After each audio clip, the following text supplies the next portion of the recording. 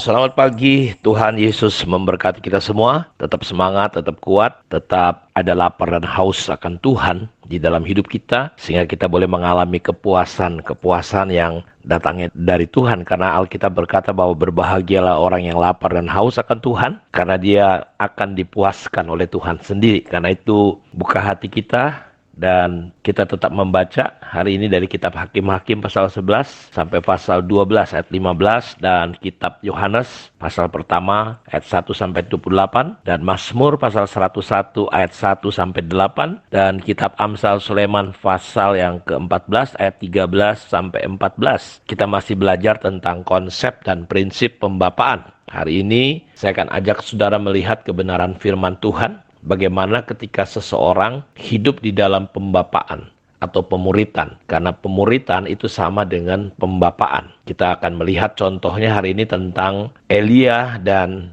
Elisa. Kita sama-sama tahu dari Alkitab bagaimana dua orang ini, yaitu Elia dan Elisa, antara pemurid dan murid, antara guru dan muridnya. Kita melihat bahwa Elisa mendapat bahagian 2 kali lipat urapan daripada Elia. Dan saya melihat ketika kita mau belajar seperti Elisa, dibapai, belajar menjadi seorang anak rohani di bawah pengcoveran, di bawah pengayoman. Dan kita melihat di dalam 2 Raja-Raja, ketika proses Elia akan naik ke surga. Dari ayat 1, menjelang saatnya Tuhan hendak menaikkan Elia ke surga. Dalam angin badai, Elia dan Elisa sedang berjalan dari Gilgal. Jadi kita melihat bagaimana persiapan ketika Elia akan diangkat oleh Tuhan. Hidup-hidup pakai kereta berkuda yang sangat berapi. Dan kita melihat Elisa selalu bersama-sama dengan Elia. Sama seperti murid-murid selalu bersama dengan Tuhan Yesus.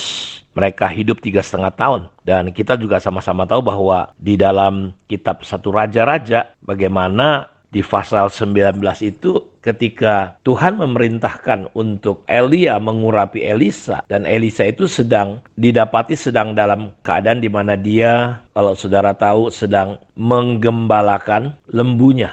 Dan disitulah bagaimana Elisa mengikuti apa yang Elia katakan kepada dirinya. Di dalam pasal 19 1 Raja-Raja juga, cucu Yehu Nimsi haruslah kau urapi menjadi raja atas Israel. Dan Elisa bin Safat dari Abel Mehola harus kau urapi menjadi nabi menggantikan engkau. Dan saudara, kita melihat ketika Elia ke sana, dia bertemu dengan Elisa bin Safat yang sedang membajak dengan 12 pasang lembu. Sedang ia sendiri mengemudikan yang ke-12. Ketika Elia lalu dari dekatnya, ia melemparkan jubahnya kepadanya. Lalu Elisa meninggalkan lembu itu dan berlari mengikuti Elia. Katanya, biarkanlah aku mencium ayahku dan ibuku dahulu, lalu aku akan mengikuti engkau. Jawabnya kepadanya, baiklah, pulang dahulu dan ingatlah apa yang telah kuperbuat kepadamu. Lalu berbaliklah ia daripada Elia. Ia mengambil pasangan lembu itu, menyembelihnya dan memasak dagingnya dengan bajak lembu itu sebagai kayu api. Ia memberikan daging itu kepada orang-orangnya. Kemudian makanlah mereka. Sesudah itu bersiaplah ia lalu mengikuti Elia dan menjadi pelayannya. Kita melihat bagaimana ketika proses pembapaan atau pemuritan ini terjadi antara Elia dan Elisa. Kita sama-sama tahu bahwa di ayat 1 tadi pasal 2 dalam 2 Raja-Raja, menjelang saatnya Tuhan hendak menaikkan Elia ke surga. Di situ mereka sedang berjalan. Saya suka katakan bahwa dengan siapa kita berjalan, dengan siapa kita berdiri, dengan siapa kita duduk. Karena Mazmur pasal 1, berbahagialah orang yang tidak diam, duduk, berdiri di jalan orang berdosa, tidak duduk dalam kumpulan pencemooh. Kita lihat Elia dan Elisa berjalan bersama-sama. Jadi Elisa betul-betul nempel. Elisa betul-betul belajar menjadi seorang anak sejati. Dan ketika Elia berkata kepada Elisa, baiklah, tinggal di sini sebab Tuhan menyuruh aku ke Betel. Tetapi Elisa menjawab, demi Tuhan yang hidup dan demi hidupmu sendiri, sesungguhnya aku tidak akan meninggalkan engkau. Lalu pergilah mereka ke Betel. Jadi kita lihat ada proses nempelnya ini luar biasa. Elia sudah berkata, udah tunggu di sini. Tapi Elisa berkata, tidak, aku mau ikut engkau. Sama seperti Yesus dan dalam pemuritannya dengan 12 murid itu, walaupun pada akhirnya mereka lari kocar-kacir. Bahkan ketika ada rombongan nabi di Betel mendapatkan Elisa, lalu berkatalah mereka kepadanya, sudahkah engkau tahu bahwa pada hari ini Tuhanmu akan diambil daripadamu? Oleh Tuhan terangkat ke surga. Jawabnya, aku juga tahu, diamlah. Lalu Elia ngomong lagi, hai Elisa, baiklah tinggal di sini Sebab Tuhan menyuruh aku ke Yeriko. Tetapi jawabnya, demi Tuhan yang hidup dan demi hidup sendiri, sesungguhnya aku tidak akan meninggalkan engkau. Lalu sampailah mereka di Yeriko. Dari Betel mereka pergi ke Yeriko. Ketemu lagi dengan rombongan Nabi, diberitahu. Jadi kisah atau situasi di mana pengangkatan Elia ini sudah tersebar kemana-mana, bukan rahasia umum lagi di antara rombongan-rombongan Nabi. Sehingga begitu ketemu dengan Elisa, rombongan-rombongan Nabi ini berkata, sudahkah engkau tahu? Tapi Elisa berkata, aku tahu. Jadi diam aja, tenang. Orang-orang itu tahu, tapi tidak ada yang mengikuti Elia. Lihat, sudah rombongan yang pertama, kedua, sampai rombongan yang ketiga. Karena dari Yeriko, Elia berkata lagi, aku mau pergi ke Yordan. Tapi kembali ketika Elisa disuruh tunggu diam di Yeriko, dia berkata, sesungguhnya aku tidak akan meninggalkan engkau. Lalu berjalanlah keduanya. Dia ngikut terus, jalan terus. 50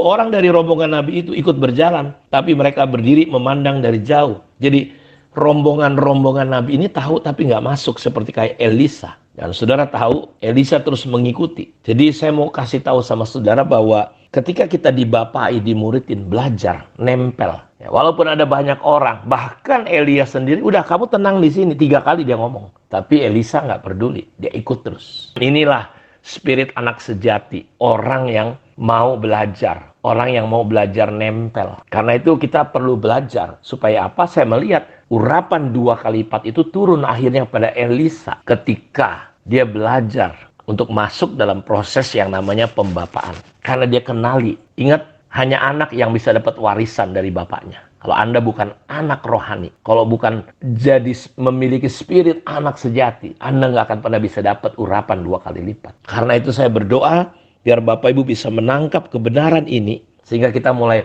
membuka hati dan mau masuk dalam proses yang namanya pembapaan. Karena kita tidak akan pernah bisa bertumbuh menjadi seorang bapak rohani kalau kita nggak pernah mengikuti proses dibapai. Kita nggak akan pernah bisa jadi ibu-ibu rohani yang bisa mengibui banyak orang kalau kita nggak mengalami proses diibui secara rohani. Kita nggak bisa jadi orang-orang yang menemani orang secara rohani kalau kita nggak pernah ditemanin. Karena itu maulah, sehingga kita bisa dapatkan apa yang Tuhan ingin lakukan di atas kehidupan kita. Ingat bahwa dunia membutuhkan yang namanya hal rohani. Pribadi-pribadi, manusia-manusia yang dewasa, yang rohani. Bukan hanya sekedar kelihatan hebat, kelihatan pelayanan, kelihatan ini dan itu, atribut-atribut macam-macam. Tapi Anda sebenarnya nggak rohani. Anda cuma jadi orang Kristen. Anda mungkin lama, tapi kelakuan kita terus mereaksikan daging demi daging. Dan kita nggak akan pernah bisa mengayomi dunia yang sedang membutuhkan hal-hal yang dari Tuhan. Tuhan membutuhkan Anda. Karena itu berikan hidup Anda. Kiranya Tuhan berkati kita. Mari kita berdoa. Bapa, terima kasih. Kemurahan dan anugerah-Mu yang luar biasa. Diberkatilah semua anak-anak-Mu. Untuk kami mulai belajar menjadi pribadi-pribadi yang bertumbuh secara rohani. Sehingga kami bisa ditemanin. Menjadi teman-teman rohani. Menjadi bapak ibu rohani karena kami mau belajar seperti Elisa. Kami mau belajar pada hari-hari ke depan. Terpujilah Engkau Tuhan. Dalam nama Yesus kami berdoa. Amin. Tuhan memberkati kita. Shalom.